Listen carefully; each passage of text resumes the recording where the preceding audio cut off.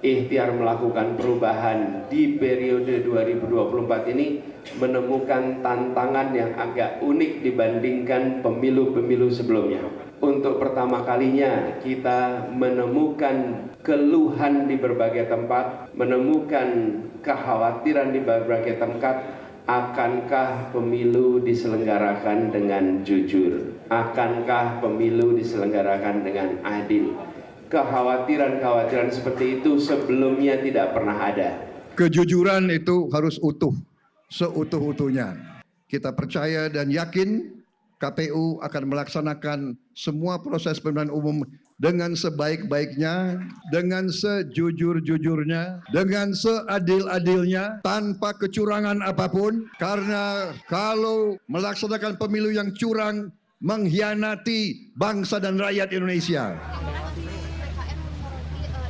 16 potensi kecurangan pemilu, diantaranya upaya Pak Mahfud yang membuka aduan pemilu sama Pak Yasona Lauli sebagai Menkumham masuk di TPN. Tanggapannya bagaimana, Mas? Jadi sebenarnya spirit Pak Mahfud atau tim Ganjar Mahfud untuk membuka aduan-aduan itu untuk kita bisa tahu dan memastikan bahwa pelaksanaan pemilu itu fair ya, dan jurdil begitu. Kan sekarang aduannya banyak sekali. Maka kita mesti menjaga proses demokrasi dengan baik. Itu aja sebenarnya. Masih bersama saya, Guru Besar Antropologi Hukum Universitas Indonesia, Profesor Sulistiowati Irianto. Prof. Sulis juga salah satu akademisi yang menggagas amicus curiae untuk membela Richard Eliezer dalam kasus pembunuhan Yosua. Prof. Sulis, tadi masing-masing calon presiden, Pak Anies, Pak Prabowo, Pak Ganjar berkomitmen agar pemilu ini berlangsung secara adil, secara jujur. Tapi bicara soal jujur dan adilnya pemilu, tentu kita harus mengevaluasi apa yang terjadi selama masa pemilu ini berlangsung. Dimulai dari putusan MK yang mengawali seluruh proses ini, yang diputus oleh MK bahwa putusan MK itu melanggar etik berat. Apa potensi luka yang ditimbulkan dengan masih adanya sisa soal ini, Prof?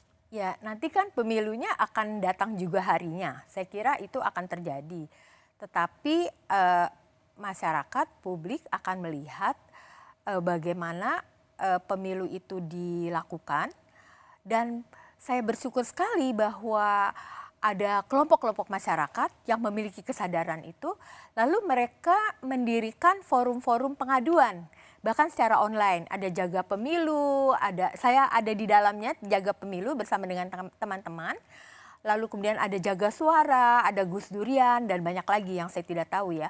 Dan mereka itu hari ini sangat difasilitasi oleh pengaduan digital sehingga orang berani, karena nggak harus bertatap muka ya, berani apa yang dia lihat dalam bentuk kecurangan-kecurangan itu dia adukan ke sana gitu ya, dan kemudian akan disampaikan ke Bawaslu dan bagaimana Bawaslu akan menyikapinya.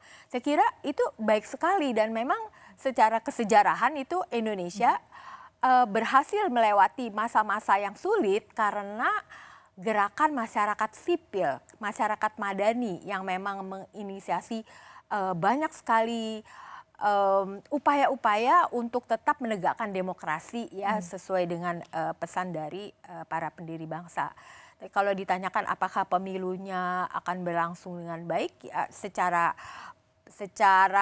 faktual dia akan berlangsung, tetapi kita akan melihat bagaimana reaksi publik setelah pemilu, tergantung siapa yang akan jadi dan jadinya dengan cara seperti apa gitu. Prosesnya itu ya dipercaya atau tidak, punya legitimasi atau tidak. Betul. Kalau bicara soal perkembangan politik terkini, Prof. Sulis, di tengah harapan tadi, kita tadi sudah membahas soal bagaimana Presiden Jokowi yang bilang boleh berpihak. Begitu pula dengan menteri-menteri yang mencalonkan diri maupun ikut berkampanye, juga ASN, maraknya video yang mendukung pasangan calon tertentu. Bagaimana publik masih bisa menjaga harapan ini agar pemilu berlangsung jujur, adil, punya legitimasi apapun hasilnya? Saya kira publik harus berani untuk speak up ya, mengatakan kebenaran-kebenaran, dan kalau mereka melihat kecurangan, ada banyak forum-forum yang menyediakan ruang untuk mereka bahkan secara mudah melalui gadgetnya untuk mengadakan pengaduan. bukan untuk menjatuhkan secara personal ya, tetapi itu memang hidup berdemokrasi semacam itu. Demokrasi itu memang harus ribut barangkali ya. Jadi kita sudah melihat bahwa oposisi politik tidak ada di negeri kita dan itu sangat membahayakan demokrasi.